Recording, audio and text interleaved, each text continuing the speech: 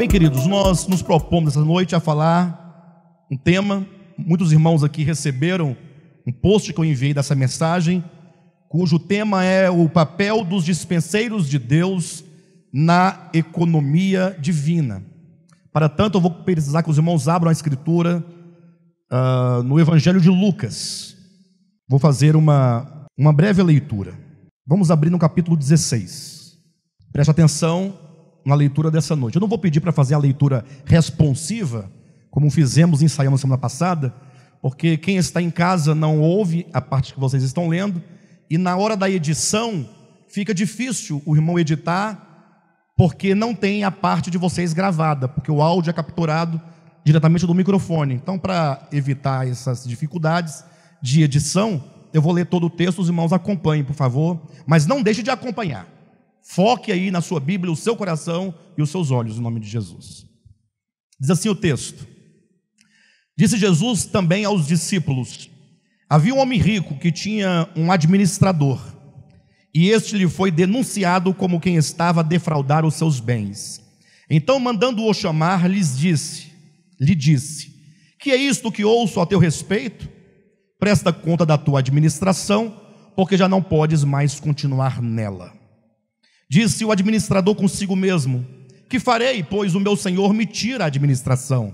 Trabalhar na terra não posso, também de mendigar tenho vergonha. E eu sei o que farei, portanto, para que quando for demitido da administração, me recebam em suas casas. Tendo chamado cada um dos devedores de seu senhor, disse ao primeiro: Quanto deves ao meu patrão? Respondeu ele: 100 cados de azeite. Então disse: Toma a tua conta, assenta-te depressa e escreve 50. Depois perguntou a outro: Tu, quanto deves? Respondeu ele: 100 coros de trigo. Disse-lhe: Toma a tua conta e escreve 80. E elogiou o Senhor com S minúsculo o administrador infiel, porque se houvera atiladamente, porque os filhos do mundo são mais hábeis na sua própria geração do que os filhos da luz. E eu vos recomendo: das riquezas de origem iníqua fazei amigos, para que quando aquelas vos faltarem, esses amigos vos recebam nos tabernáculos eternos. Quem é fiel no pouco, também é fiel no muito. Quem é injusto no pouco, também é injusto no muito. Se, pois, não vos tornastes fiéis na aplicação das riquezas de origem injusta, quem vos confiará a verdadeira riqueza? Se não vos tornastes fiéis na aplicação do alheio, quem vos dará o que é vosso? Ninguém pode servir a dois senhores, porque ou há de aborrecer-se de um e amar o outro, ou de devotar a um, ou se devotará a um e desprezará ao outro. Não podeis servir a Deus e às riquezas. Os fariseus, que eram avarentos, ouviam tudo isto e o ridicularizavam. Mas Jesus lhes disse: Vós sois os que vos justificais a vós mesmos diante dos homens, mas Deus conhece o vosso coração, pois aquilo que é levado entre os homens é abominação diante de Deus. Versículo 19. Ora, havia certo homem rico, que se vestia de púrpura e de linho finíssimo, e que todos os dias se regalava esplendidamente. Havia também certo mendigo, chamado Lázaro, coberto de chagas, que jazia à porta daquele, e desejava alimentar-se das migalhas que caíam da mesa do rico, e até os cães vinham lamber-lhes as úlceras. Aconteceu morrer o mendigo e ser levado pelos anjos para o seio de Abraão. Morreu também o rico e foi sepultado. No inferno, estando em tormentos, levantou os olhos e viu ao longe a Abraão e a Lázaro no seu seio. Então, clamando, disse: Pai Abraão, tem misericórdia de mim, e manda Lázaro que molhe em água a ponta do dedo e me refresque a língua, porque eu estou atormentado nesta chama. Disse, porém, Abraão: Filho, lembra-te de que recebeste os teus bens em tua vida, e Lázaro igualmente os males. Agora, porém, aqui ele está consolado, tu em tormentos. E além de tudo, está posto um grande abismo entre nós e vós, de sorte que os que querem passar daqui para vós outros não podem, nem os de lá passar para nós. Então replicou: Pai, eu te imploro que o mandes à minha casa paterna, porque tenho 5 irmãos, para que lhes dê testemunho, a fim de não virem também eles para este lugar de tormento. Respondeu-lhe Abraão: eles têm Moisés e os profetas, ouçam-nos. Mas ele insistiu: não, pai Abraão, se alguém dentre os mortos for ter com eles, arrepender-se-ão. Abraão, porém, lhe respondeu: se não ouvirem, ou se não ouve a Moisés e aos profetas, tampouco se deixarão persuadir, ainda que ressuscite alguém dentre os mortos. Nós lemos hoje o capítulo 16, ou a maior parte dele, que contém aqui 2 grandes parábolas. O Senhor Jesus, ele usava as parábolas para ilustrar verdades acerca de Deus, acerca do homem, acerca de todos os temas importantes que compõem o Evangelho de Jesus Cristo. E nessa noite estamos aqui para ouvir um pouco do Evangelho. Cristo vai nos expor, ou melhor, nós vamos expor as palavras de Cristo, contidas aqui pelo menos em 2 parábolas: a parábola do administrador infiel e a história, ou fato, alegoria do rico e do Lázaro. Lógico que eu não tenho tempo suficiente para fazer uma abordagem exaustiva de ambas as parábolas, mas eu quero extrair pelo menos 2 grandes princípios que nos ajudarão a compreender melhor aquilo que nós somos, a compreender melhor o porquê que nós fomos chamados, a entender qual é o nosso papel enquanto servos de Cristo, enquanto discípulos de Jesus Cristo. É interessante nós notarmos, queridos, que essas 2 parábolas, elas fazem parte de um conjunto de 5 parábolas. No capítulo 15, o Senhor começa com a primeira parábola, a parábola da ovelha perdida. Em seguida tem a parábola da dracma perdida, a terceira, a parábola do filho perdido, do filho pródigo. E então no 16, a parábola do administrador infiel. E por fim, o fato alegoria, que é o rico e Lázaro. É sempre importante, quando nós lemos uma parábola, para nós podermos ter uma exata compreensão do seu significado para nossas vidas, nós a lermos dentro do contexto no qual elas nascem. Ou seja, toda parábola, ela deve nascer dentro de um contexto, dentro de uma circunstância. Aquela circunstância na qual está Jesus, aqueles acontecimentos que ali estão ocorrendo, são eles que vão determinar o fato de Cristo agora fazer uma parábola. A parábola, portanto, ela deve ser interpretada a partir da sua raiz, de onde ela nasceu. Por que Cristo disse esta ou aquela parábola? Se você ler tão somente uma parábola isolada, você corre o risco de perder a informação principal da parábola. Você corre o risco de sair alegorizando um tanto de coisas e perder a razão, o motivo por que Cristo trouxe aquela parábola, e assim você poderá perder o ensinamento de Jesus Cristo. Portanto, olhem com bastante atenção, capítulo 15 de Lucas, versículos 1 e 2 nos mostram ali a raiz dessas 5 parábolas. Nos mostra a circunstância que levou Jesus a proferir 5 parábolas, uma após a outra. Diz assim o versículo 1 e 2 do capítulo 15 de Lucas: aproximava-se Jesus de todos os publicanos e pecadores aproximavam-se de Jesus todos os publicanos e pecadores para o ouvir. Versículo 2: e murmuravam os fariseus e os escribas, dizendo: este recebe pecadores e come com eles. Então aqui está a circunstância que gerou as 5 parábolas que Cristo vai tratar. Por isso que a primeira, a segunda e terceira parábola, elas tratam de como Deus olha o pecador. Fala dos sentimentos de Deus para com o homem perdido.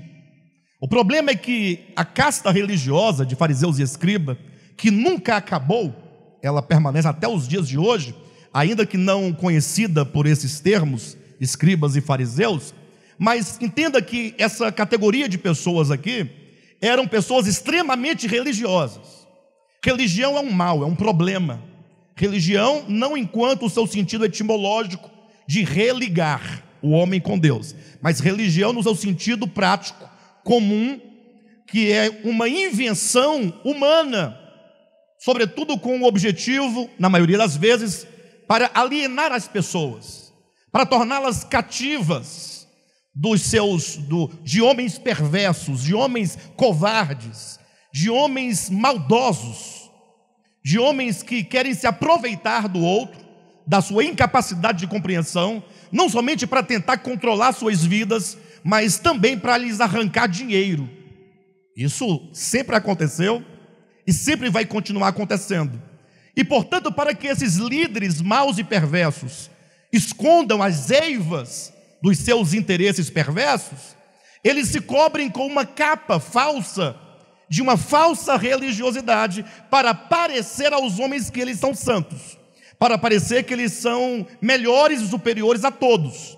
Porque eu pergunto, o que justificaria alguém controlar a sua vida? O que justificaria você ser extorquido financeiramente por uma autoridade religiosa? Senão, do seu lado, a ignorância e uma falsa percepção, achando que aquele que é o líder é maior do que você. E você talvez não saiba, ou essas pessoas não sabem, que aqueles que são líderes, se verdadeiros, eles são servos dos homens, e não senhores. Não estão acima dos homens, mas estão a serviço da humanidade. Jesus, falando contra essa casta religiosa perversa, lá no capítulo 10 do Evangelho de João, Jesus os chama de ladrões e salteadores. Creio que todos vocês já ouviram aquele texto tão conhecido que diz que o ladrão vem somente para matar, roubar e destruir.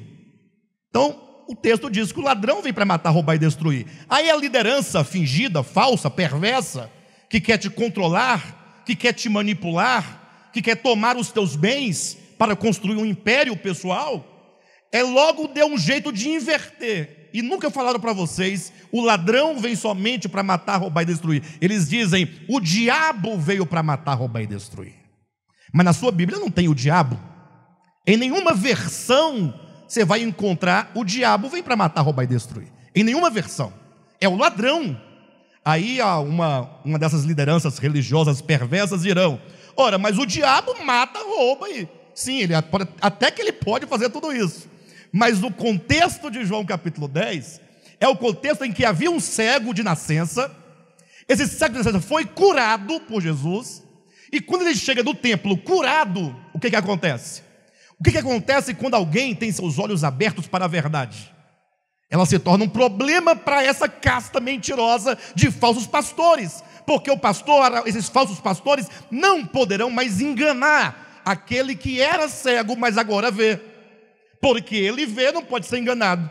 E agora, se essa pessoa que vê continuar no meio daquela sinagoga, daquele templo, ele vai ser um problema, porque outros poderão acabar vendo também. Então, essa liderança perversa expulsa o cego do templo. Quando então ele é expulso, ele se encontra com Jesus. Encontrando-se com Cristo, Jesus veio um pouco abatido, um pouco triste, porque todo aquele que é cego, ou melhor, todo aquele que sendo cego passa a ver, e ele é expulso, excluído das sinagogas religiosas, no primeiro momento ela fica triste, poxa, me expulsaram, para onde eu vou? O que fazer? Você vai se encontrar com Jesus. Somente depois que você enxergar e for expulso, você tem um encontro real com Jesus. Aí Jesus fala para ele, dizendo, para aquele cego, outrora cego, agora curado, dizendo sobre o aprisco, né? O aprisco das ovelhas. Ele diz que aqueles que entram no aprisco e não entram pela porta, antes eles saltam o muro, estes que entram assim são ladrões e salteadores. Aí Jesus diz, estes que são salteadores, que são ladrões, a quem não pertencem as ovelhas, eles roubam as ovelhas. São ladrões porque roubam as ovelhas que pertencem ao supremo pastor, ao bom pastor que é Cristo.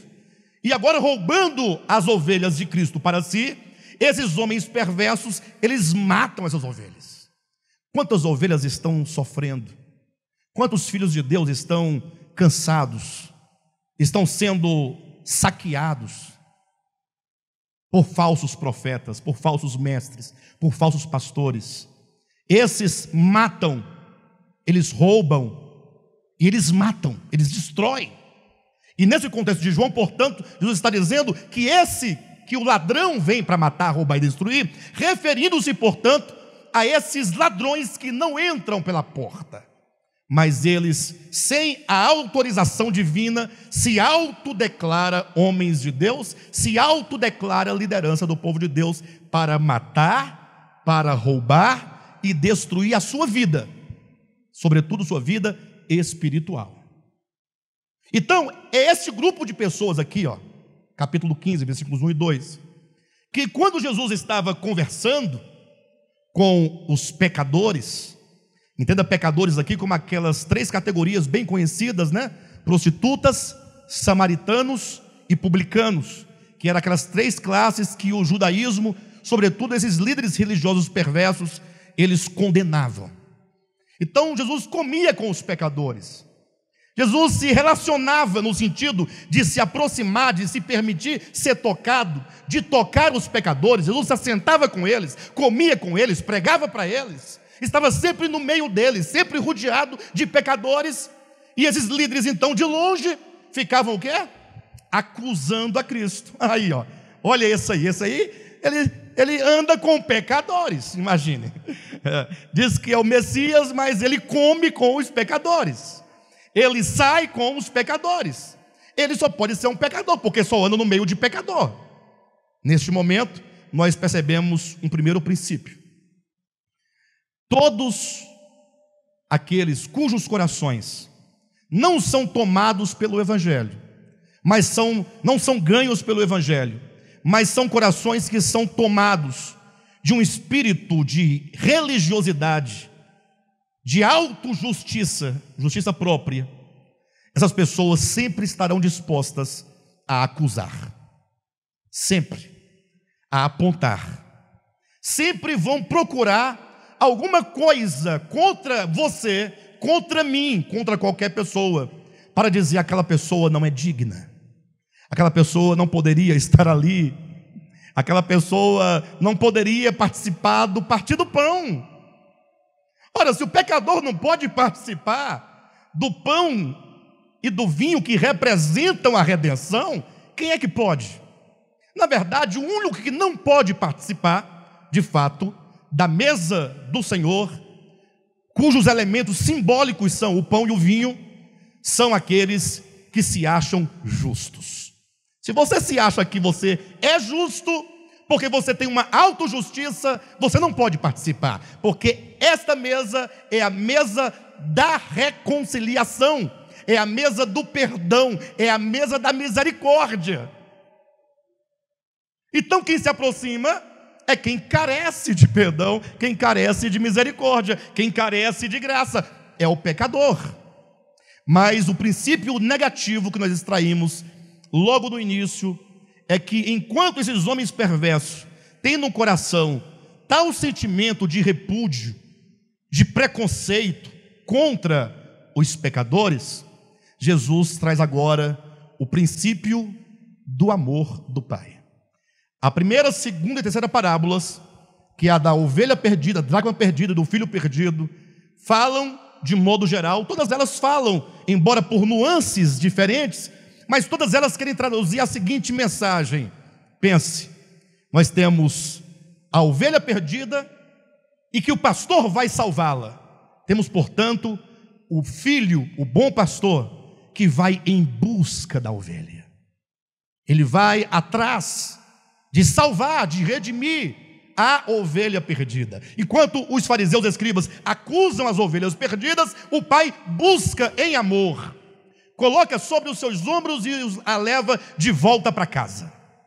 A segunda parábola da dracma perdida fala da luz, da candeia que ilumina, provavelmente apontando para a ação do Espírito de Deus, que vai até o pecador para iluminar todo o seu ser, essa casa que somos nós, para que essa luz possa trazer de volta e fazer-nos encontrar todos os valores que um dia foram perdidos.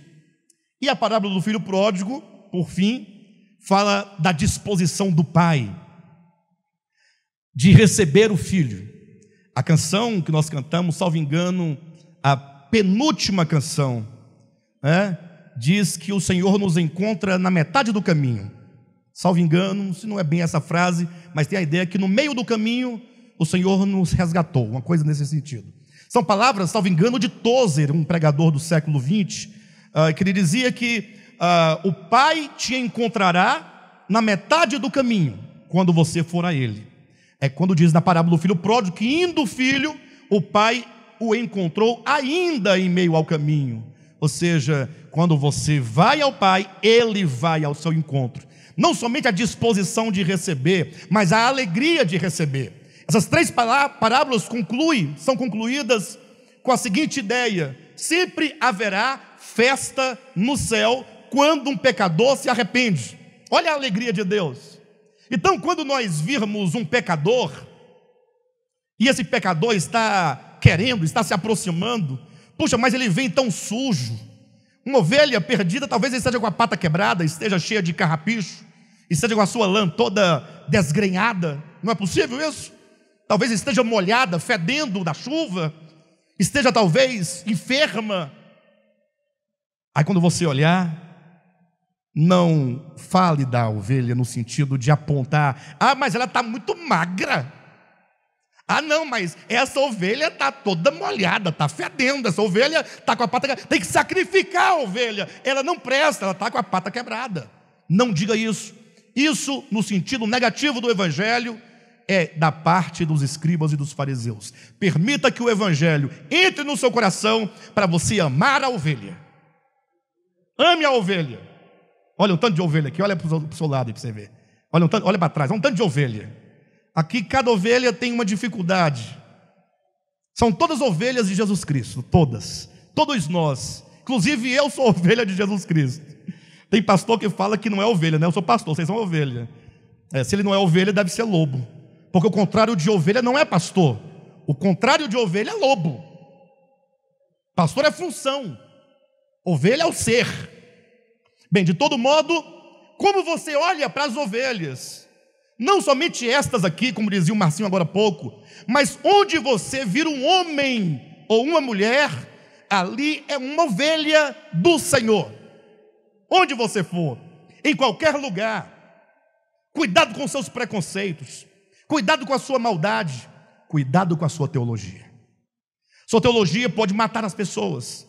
Os seus conceitos religiosos, o seu conceito de santidade, seu conceito de justiça pode matar uma pessoa, porque eles podem te levar a você conceber uma ideia totalmente equivocada. Deus, quando vê uma ovelha perdida, ele vai atrás. Ele deixa as 99 no deserto e vai em busca, onde for, daquela ovelha, porque não somente ela lhe pertence, mas porque ele a ama profundamente. Entenderam bem? Então, as 3 parábolas falam desse amor, portanto, do Pai, do Filho e do Espírito Santo. O pastor da ovelha, a mulher que ilumina com uma candeia e o Pai que recebe o Filho. Nós temos o Deus triuno, Pai, Filho e Espírito Santo, numa disposição igual, na mesma disposição, no mesmo sentimento, na mesma ação e na mesma obra de salvar, e não de matar, e não de condenar. Bem, se vocês entendem essas 3 parábolas, eu falei grosso modo, não é minha abordagem são as 2 parábolas que nós lemos, capítulo 16. Eu quero com isso levar os irmãos a desenvolverem o mesmo sentimento que há em Cristo Jesus. Você entendeu esses 2 pontos que eu coloquei? O coração dos fariseus e escribas, quem entendeu? E o coração de Jesus Cristo, quem entendeu? O coração de Cristo é o Evangelho. E tudo que os fariseus fazem é malignidade perversa de religião de homens caídos. Sempre. Pastor, não existe não tem meio termo. Não existe, mas não tem explicação. Deus é amor, sempre. É o ser divino. Mas Deus também é fogo consumidor. Não tem essa ideia? É porque tem um texto bíblico lá, mas entenda que o fogo de que Deus, que fala acerca de Deus, representa a purificação que ele realiza. Fogo significa purificação, sempre. Seja purificar queimando e destruindo as coisas negativas, seja purificar para que a joia, para que o ouro fique puro, límpido, cada vez mais. E aquela obra que ele destrói, que queima, aquele ramo que é cortado e lançado ao fogo, só aconteceu isso pela própria responsabilidade do próprio ramo, daqueles que não quiseram. Na verdade, o Senhor estava sempre com sua mão estendida para abençoar. Isaías 59, versículo 2, salvo engano. As mãos do Senhor não estão para que não possa, mas elas estão sempre estendidas. Eu pergunto, as mãos do Senhor estão encolhidas? Quando alguém perece, as mãos do Senhor estão encolhidas? Quando alguém está passando fome, as mãos do Senhor estão encolhidas? Quando alguém está na desgraça, na miséria, quando alguém perecer eternamente, as mãos do Senhor estão encolhidas? Nunca elas se encolhem. E por que então? Aí Isaías diz, são os nossos pecados que fazem separação entre nós e Ele. Ele continua sempre como manancial de águas vivas, com toda a riqueza de graça, benignidade, bondade para todos nós, mas é o próprio homem quem assume para si o fruto do seu próprio pecado, e o Senhor sofre, apenas sofre, com tal decisão, uma vez que Deus não tem prazer na morte do ímpio. Mas agora nós chegamos, portanto, no ponto da mensagem. Vou pedir que os irmãos me escutem, por favor, porque eu estou com um encargo de falar essa mensagem. Só abrir um parêntese, quero lembrar a todos que na semana que vem, próximo domingo, eu vou ministrar aquela palavra que eu disse que o Senhor tinha me dado. Tá bom? Olha o tema da mensagem da semana que vem: a verdade acerca da verdade. Quem quer saber a verdade acerca da verdade? Eu preciso que todos vocês estejam aqui, porque será uma mensagem clara, é um farol nas nossas vidas, tá bom? Não deixe de vir. Bem, chegamos então agora ao capítulo 16 de Lucas, onde encontramos duas parábolas. Qual é a relação que nós fazemos? Se é um conjunto de 5 parábolas, se nós vimos que as primeiras 3 parábolas formam um bloco, e portanto as outras 2 devem formar um segundo bloco, mas devem ser lidas numa unidade de sentido. Por que 2 blocos? Porque a primeira, segunda e terceira parábola, a ovelha, a dracma e o filho, falam do sentimento de Deus pelo pecador, pelo homem caído, pelo homem carente. Fala da disposição de Deus de receber esta pessoa para si. Fala do amor de Deus de salvar aquela pessoa. Revela, portanto, essas 3 parábolas revelam a graça divina para com o pecador, numa oposição aos sentimentos de exposição dos escribas e fariseus, que são caídos e são perversos. Você tem que identificar como está o seu coração. Alguém diga: pastor, o meu coração é do Senhor. Amém? Você diz isso? O seu coração é pelo Senhor? Vera, desses 2 sentimentos, dos fariseus e de Cristo, dessas 2 intenções de Cristo e dos fariseus, dessas 2 reações para com o pecador, qual que você quer? A dos fariseus ou a de Jesus? Alguém aqui quer a disposição dos fariseus e escribas? Deixa eu ver sua mão. Ninguém quer? Você não quer? Não quer. Agora, alguém aqui já cultivou no passado a disposição dos escribas e fariseus? De olhar para uma pessoa e falar... Alguém aqui já se viu melhor do que o outro? Pronto, se você já se viu melhor do que o outro, você já esteve naquela banda de lá. Eu já tive na banda de lá, mas o Senhor me libertou. Ele me fez entender que o amor é tudo. E eu passei para o lado de Cristo. E agora a minha contribuição é não somente buscar viver esta palavra, mas ajudar o maior número de pessoas a também compreender e viver. Por isso chegamos no segundo bloco, que são as duas parábolas, a parábola do administrador infiel e a parábola do rico e Lázaro. Essas duas parábolas falam agora de nós. As três primeiras falam do Deus Trino, Pai, Filho e Espírito Santo. As duas últimas falam de nós. Bem, no contexto imediato, para que ninguém me critique posteriormente, o contexto imediato era para quem Cristo falava naquela circunstância. Essas duas parábolas finais referem-se aos judeus, como nação. Eles estavam ali, na parábola, na qualidade de administrador, na primeira parábola, e na qualidade do rico, na segunda parábola. Ocorre que hoje não tem mais o judaísmo, pelo menos dentro da economia de Deus. Tem hoje o quê? A igreja, porque o judaísmo passou, e Cristo agora chamando pessoas de várias nacionalidades, ide por todo o mundo e fazer discípulos. Esses que fazem parte de muitas nações formam agora a igreja. E se você, portanto, é igreja, agora essas parábolas, elas são endereçadas a você. Pastor, mas é a mim, a nós enquanto igreja, ou ao povo de Israel? Bem, a eles, porque na ocasião eles eram eles deveriam ser, pelo menos teoricamente, eles foram postos na terra para serem os despenseiros de Deus naquela ocasião. Agora somos nós, igreja, que somos os despenseiros de Deus.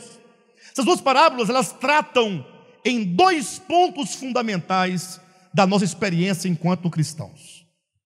É de grande responsabilidade sua quando você diz: eu sou um cristão. Se você é um cristão, você tem que ouvir o que Cristo tem a dizer para você, porque você está na qualidade de dispenseiro de Deus. Vocês vão entender a palavra dispenseiro daqui a pouquinho, quando chegarmos um pouquinho mais na frente. Imagine que a primeira parábola diz que um homem rico tinha um administrador. A parábola, ela sempre vai partir de um contexto ou de um conceito secular para você entender o espiritual. Então, pastor, quem é esse homem rico? Esse homem que tinha um administrador é um homem rico, uma pessoa. Ah, não é Deus? Não, no primeiro momento é um homem. Entenda uma historinha que Cristo conta, depois você aplica aqueles princípios na área espiritual. Era um homem rico. E este homem rico tinha um administrador, alguém que havia sido contratado, chamado, convocado, estabelecido para administrar as riquezas deste homem, para ser aquele o mordomo. Então, ele agora tinha posse de toda a riqueza daquele homem, do seu senhor, e ele deveria, com honestidade, com fidelidade, fazer a devida aplicação daqueles recursos. Vocês entendem? Não é básica? Ele tinha que fazer o quê? Ora, pagar as contas da casa, com honestidade. Tinha que fazer aplicações no banco, com honestidade. Ele tinha que fazer o dinheiro girar, com honestidade. Pagar os credores, tinha que suprir a casa. Entretanto, é dito que num certo dia aquele homem, o grande possuidor das terras, ficou sabendo que o seu administrador estava lhe roubando. Ou seja, estava tirando do que não era dele para si. E aí o Senhor falou: olha, você entrega a sua administração, faz tudo certinho e me entrega a pasta, porque você não continuará nessa atividade. E aí o homem ficou desesperado: o que eu vou fazer agora? Minha vida todinha consagrada à administração. Eu agora estou perdendo o meu emprego, acusado de roubo. Ninguém vai querer me empregar mais nessa função. Minha fama vai correr. E o que eu vou fazer? Eu não posso trabalhar na terra. Eu não sou um homem dado à enxada. Nunca peguei no cabo da enxada. Não sei trabalhar na terra. Se for para pedir esmola, tenho vergonha. Eu sou um homem elegante. O que eu vou fazer da minha vida? Ele falou: tem uma ideia. Eu vou atrás dos meus credores e vou diminuir a dívida que eles têm. Lógico que não é bem diminuir roubando, porque ele já estava com a sua consciência iluminada que ele estava fazendo algo errado. Mas era como se fosse assim: a Vera devia a ele 80 reais. Só que, na verdade, a Vera deveria dever 50. Os 30 foi o que ele acrescentou para poder pegar. Ele roubava desses também, você entende? Então ele vai, a cada um onde ele havia aumentado os juros indevidos, fala assim: olha, tira essa parte aqui, que a parte fica só com a parte que você me deve de fato. Aí foi baixando de um, baixando do outro, pensando: essas pessoas vão ficar felizes comigo, alegres porque eu diminui a dívida, e aí elas poderão me receber em suas casas quando eu precisar de comer e de dormir. Quando eu não tiver o que fazer da minha vida, elas me acolherão em suas casas. Aí diz o versículo do capítulo 16, versículo 8: e elogiou o Senhor, com S minúsculo, o administrador.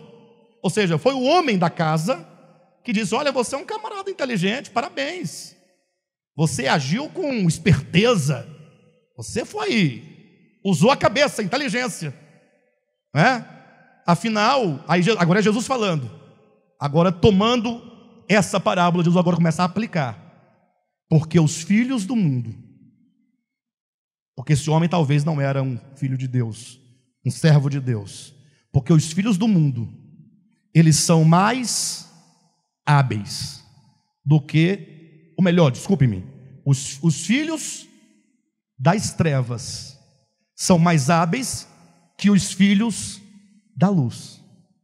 Ou seja, Jesus está dizendo assim: os filhos das trevas, quando se vê numa situação iminente, logo ele procura pensar no seu futuro. O que será de mim? Ele diz: pensar no seu futuro é ser sábio. Agora ele diz: os filhos da luz não pensam no futuro.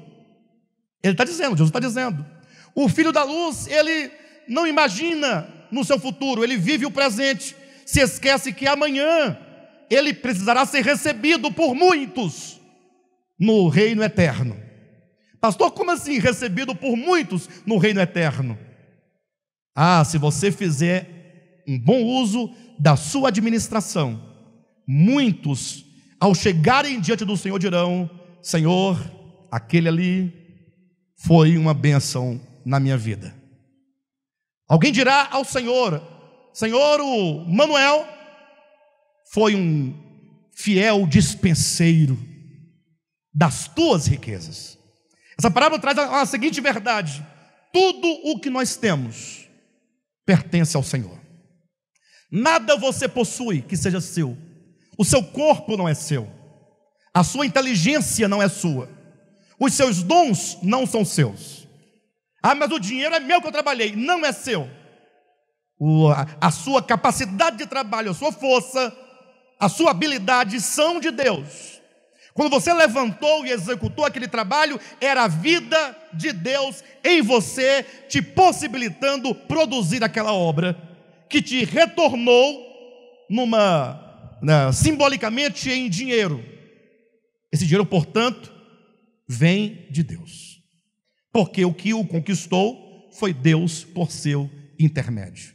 Quando você começa a pensar: não, isso é meu, porque eu trabalhei, aquela pessoa não tem direito, não vou dividir com tal pessoa, isso significa que você está roubando de Deus na sua administração. Quando o Senhor nos dá algo, e essa parábola primeira, ela fala especificamente sobre dinheiro. Dinheiro. A outra parábola diz um outro aspecto, falando sobre recursos materiais. Pastor, só consigo ver aqui coisas espirituais, não vejo o dinheiro aqui. Então olhe na sua Bíblia rapidamente, Lucas 16, versículo 13, que é a conclusão da parábola. Ninguém pode servir a dois senhores, porque ou há de aborrecer-se de um e amar o outro, ou se devotará a um e desprezará ao outro. Não podeis servir a Deus e às riquezas. Versículo 14: os fariseus que eram avarentos ouviam tudo isso e o ridicularizavam. Qual que é o tema da parábola? Não é aquilo que fazemos com os recursos que Deus nos dá, sim ou não? Você precisa entender: eu sou um mordomo de Deus, eu sou um administrador. Todos os recursos que vêm à minha mão procede do Senhor, é bondade do Senhor, e eu devo usar com fidelidade, com honestidade, para suprir a minha família, para suprir a minha casa, para dar uma boa condição para a minha casa, para poder abençoar o meu próximo que tem necessidade, para estender a mão para aquele que está com fome, para aquele que está passando por uma luta, uma dificuldade. Eu tenho que administrar no sentido de contribuir com o Evangelho, para que o Evangelho não sofra nenhuma limitação quanto à sua propagação. Se você assim fizer, será chamado de um servo bom, chamado de um fiel administrador.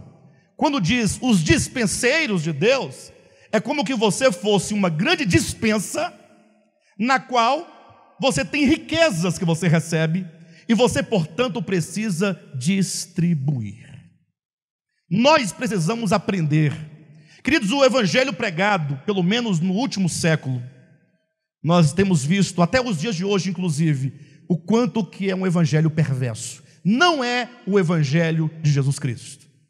Primeiro porque, no começo, pregava-se a pobreza para a fraternidade, para a comunidade, mas isso era um meio ilícito de a igreja, enquanto instituição, em nome da pobreza, esvaziar o bolso dos membros, das pessoas, para enriquecer um sistema.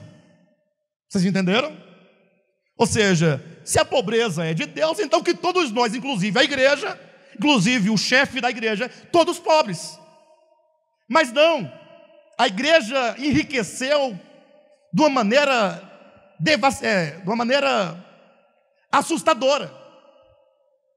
Igreja Católica Apostólica Romana, não me refiro aos católicos enquanto pessoas, mas enquanto instituição, e a história está aí para provar.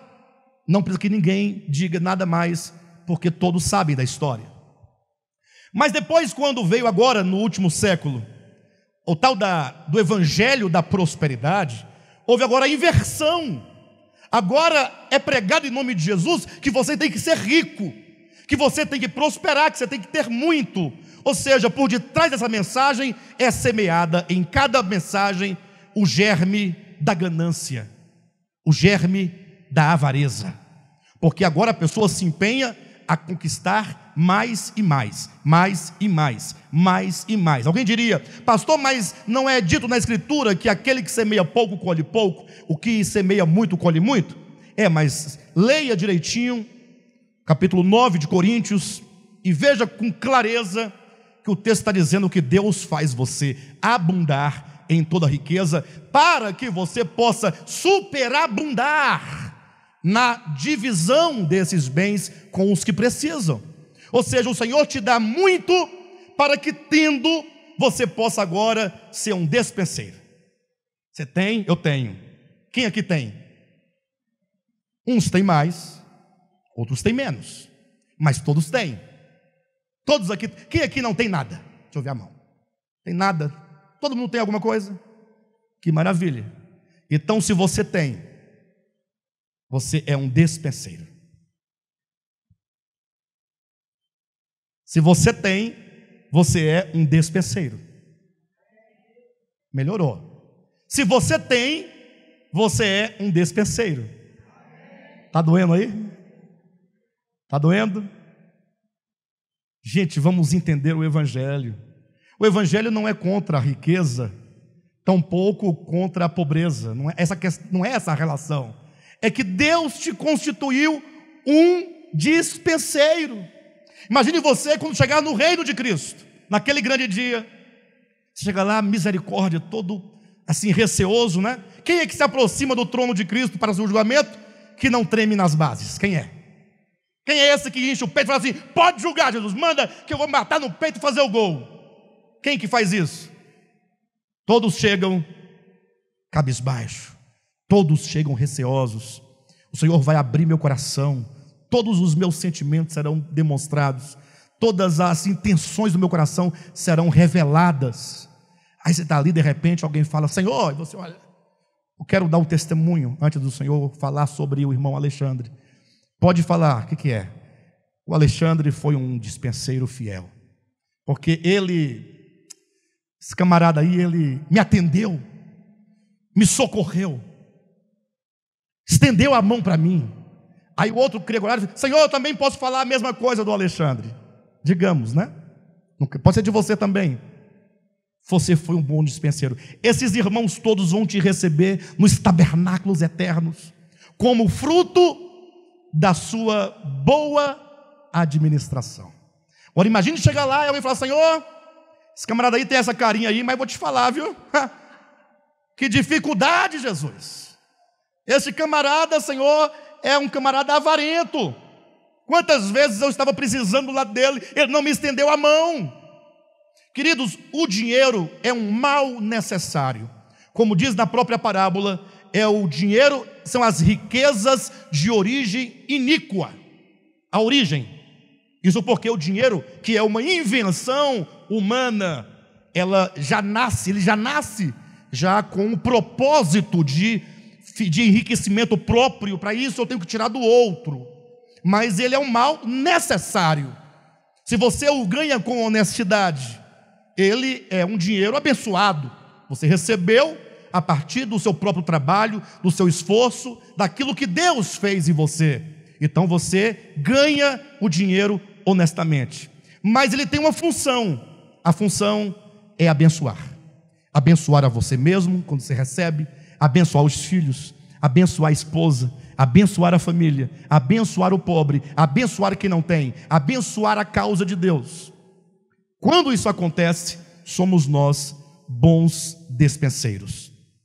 Jesus conclui dizendo que os fariseus eram avarentos, e ele então, falando agora o evangelho, esse é o evangelho, a palavra de Deus nessa parábola é: ninguém pode servir a dois senhores, porque você ou há de aborrecer a um e se devotará ao outro, ou vice-versa. Então o fato é que nós não podemos ser servos do dinheiro. O dinheiro não pode nos dominar. Devemos usá-lo para o bem de todos, para a causa boa. O dinheiro não pode ser motivo de contenda, de intriga, de divisão. O dinheiro tem que ser sempre para abençoar, sempre para promover o evangelho, o reino de Deus, o bem-estar das pessoas. Agora, a segunda parábola, e portanto a última parábola dessas 5, vai falar de um outro tipo de riqueza. E aqui é tão grave quanto a primeira. Fala das riquezas espirituais do evangelho que nós recebemos da parte de Deus. Imagine você que Cristo diz assim: olha, os fariseus e escribas, lá no começo, capítulo 15, versículos 1 e 2, falavam contra Jesus, que estava aqui pregando a palavra, falando a palavra, ensinando o evangelho para os pecadores. Jesus disse: olha, preste atenção, vocês aí, vocês judeus, líderes, vocês igreja, preste atenção. Havia um homem rico. Esse homem rico se assentava à mesa, preste atenção, uma mesa farta. Tinha de tudo nessa mesa. Ele se vestia de linho, de púrpura, e ele comia regaladamente. Era uma pessoa que tinha fartura de tudo. Essa mesa a que faz referência a parábola é a mesa das riquezas do evangelho. No caso dos judeus, eles ali, enquanto oráculos de Deus, haviam recebido a revelação acerca da salvação, e eles deveriam então ser despenseiros desta palavra. Eles deveriam anunciar ao mundo a palavra de Deus. Eles deveriam alimentar as pessoas, os pagãos, ministrando-lhes a palavra, pregando-lhes a palavra, anunciando o Cristo. Mas o que eles fizeram? Primeiro, eles declararam na prática que havia uma divisão clara entre eles e os pecadores. Esse é o grande problema da religião. Logo no templo havia muros que separavam. Deste muro para cá, gentil não entra, não pode entrar. Vocês são pecadores, vocês estão excluídos da graça. Nós não, nós judeus somos circuncidados, nós temos o sinal da bênção de Deus. A circuncisão, aquela cirurgia, deixa eu ver, tem aí? Não tem, não serve. Não faz parte do povo abençoado de Deus. E eles se confinaram ali na sua própria terra.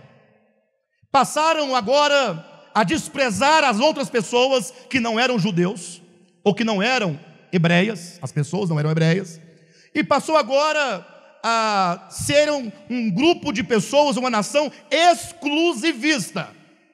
Se você tem as características próprias, você é um hebreu, de qual tribo, a qual tribo você pertence, tem a circuncisão, então você pode. Se não, não pode. Se negaram a cumprir o ministério deles. Qual era o ministério do povo de Israel? Eles foram chamados para ser um reino de sacerdotes. Qual é o papel do sacerdote? Não é levar Deus aos homens? Só que eles fizeram exatamente o oposto. Jesus fala: olhe para este homem rico. Havia um mendigo lá na porta dele, caído, cheio de chagas, com fome, desgraçado. E esse rico, com a mesa tão farta, não dividia o pão. Esse pão é o evangelho, são as riquezas, são as revelações. Este homem rico comia, ficava gordo, obeso, empanzinado, imagine vocês. E o pobre miserável, que representa os gentios, caído e prostrado com fome. Diz então que um dia morreu um e morreu o outro. E quando morreu um e morreu o outro, o rico que outrora tinha fartura foi para um lugar de tormento. E o que estava em tormento foi se assentar à mesa com Abraão. Inverteu-se a condição. Ou seja, os gentios, que era o rico, ficou numa situação de sofrimento. Veja, depois que os judeus rejeitaram a Cristo, olha a história de Israel. Desde que perderam ali a cidade de Jerusalém, o templo, quando Tito foi lá e destruiu toda a cidade, só miséria, só guerra. Muitos judeus ateus, muitos judeus que não têm nem ideia do que é a própria escritura hebraica, estão em tormento. É a condição. Não vamos aplicar isso à vida após a morte. Aqui diz que este homem rico viria a estar em tormento, como é a condição de Israel. E o pobre, miserável Lázaro, assentado à mesa com Abraão, agora numa mesa farta. Os gentios agora recebem o evangelho, porque no mundo todo tem sido pregado, desde o início, o evangelho. Só que agora, nessa inversão, ocorre que nós é que somos o rico agora. Você é rico. Deixe-me perguntar algo para vocês. Olhem para mim. Eu vou acabar logo. Mas deixe-me perguntar algo para vocês. Você creu no evangelho, alguém pregou para você? Sim ou não? Você creu, você se batizou, foi fazer parte de uma igreja. Sua vida melhorou, sim ou não? Glória a Deus, foi muito bom. Mas você ficou ali, naquele lugar, e com o tempo você foi vendo que não estava muito certo, tinha muitas coisas que não estavam batendo com a verdade de Deus. Você chegou a ter essa desconfiança? Não? Ou nunca teve? Até hoje não tem? Você, lá atrás, você, puxa vida, será que essa coisa aí do gafanhoto é assim mesmo? Será que eu tenho que dar para Deus ter que me devolver? Será que Deus se torna o meu devedor e eu me torno agora o credor de Deus? Será que agora eu tenho a condição de colocar Deus contra a parede e lhe exigir que Ele me dê isto ou aquilo outro? Muitas coisas foram surgindo e você foi desconfiando. E aí de repente alguém falou para você: ouça esta mensagem, ouça esse pregador.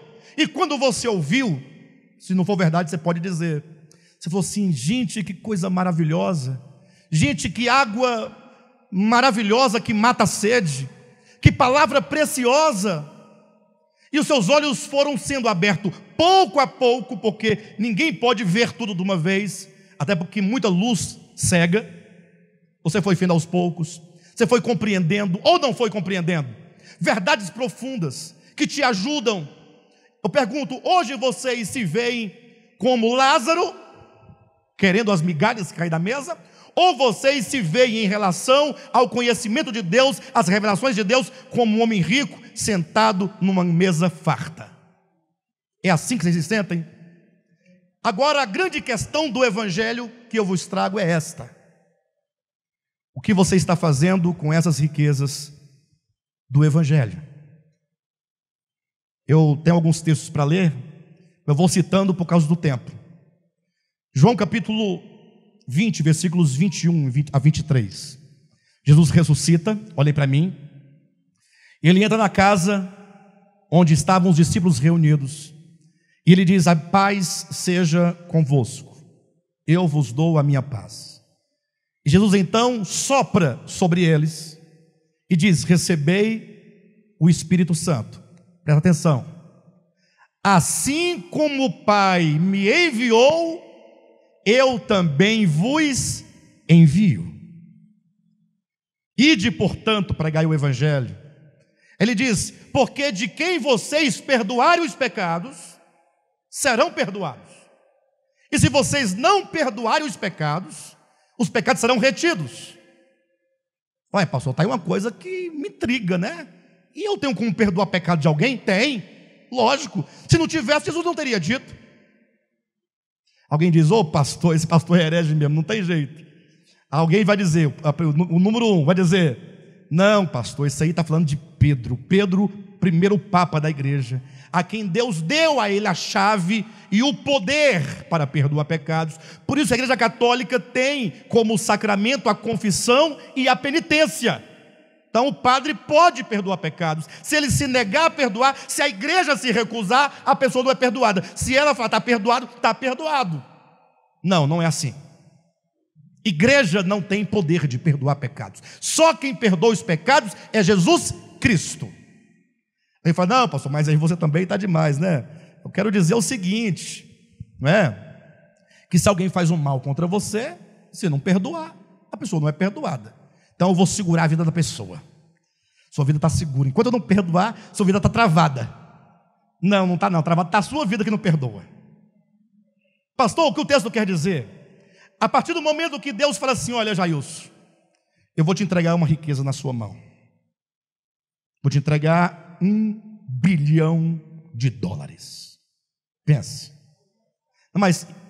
Mas entenda $1 bilhão enquanto riquezas do evangelho. Quanto de Deus você recebeu?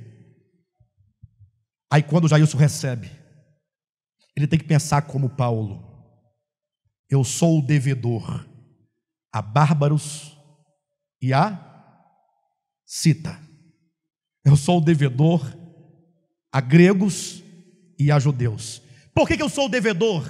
Porque o Senhor me deu tantas revelações.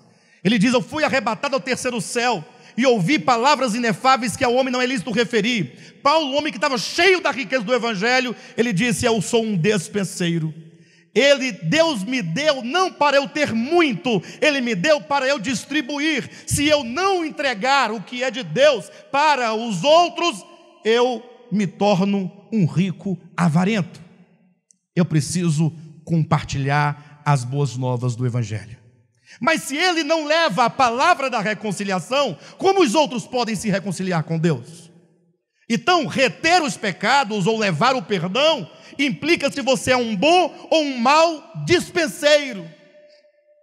Se nós temos recebido as riquezas do evangelho, nós não podemos ficar somente aqui engordando e dizendo: que palavra maravilhosa, que bênção, e lá vai, agora sim, agora eu encontrei. Não, você tem que sim, é verdade, se alegrar, pode se alegrar com o banquete das revelações de Deus.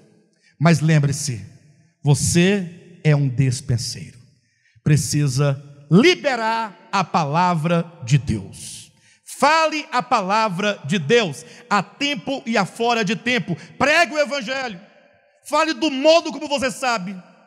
Você sempre vai ter alguém perto de você que precisa ouvir a palavra.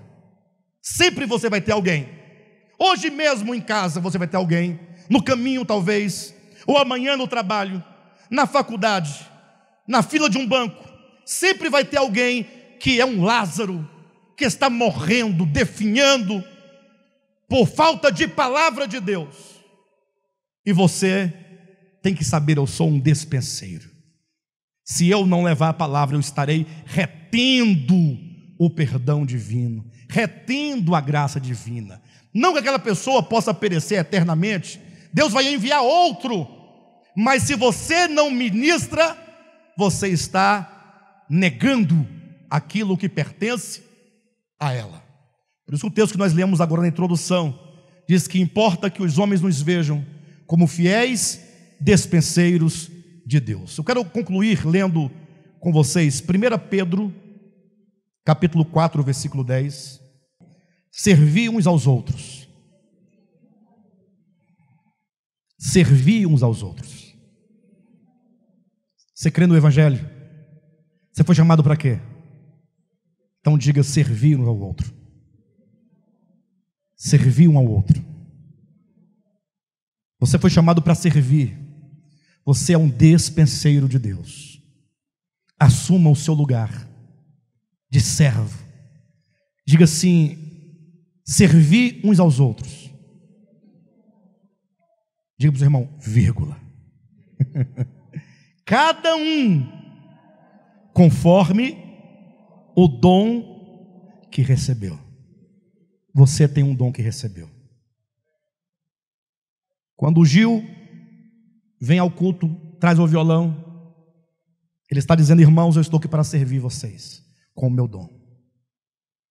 Eu posso tocar um bom violão e posso tocar bem para a glória de Deus. Servir. Quando o Alain pega o contrabaixo, cadê o Alain? Ele está dizendo: eu sou um servo de Deus, sou um despenseiro de Deus. Deus me fez um bom instrumentista, um bom baixista, e eu quero servir a Deus e a igreja arpejando, tocando aqui o meu baixo, para a glória de Deus, sem reclamar.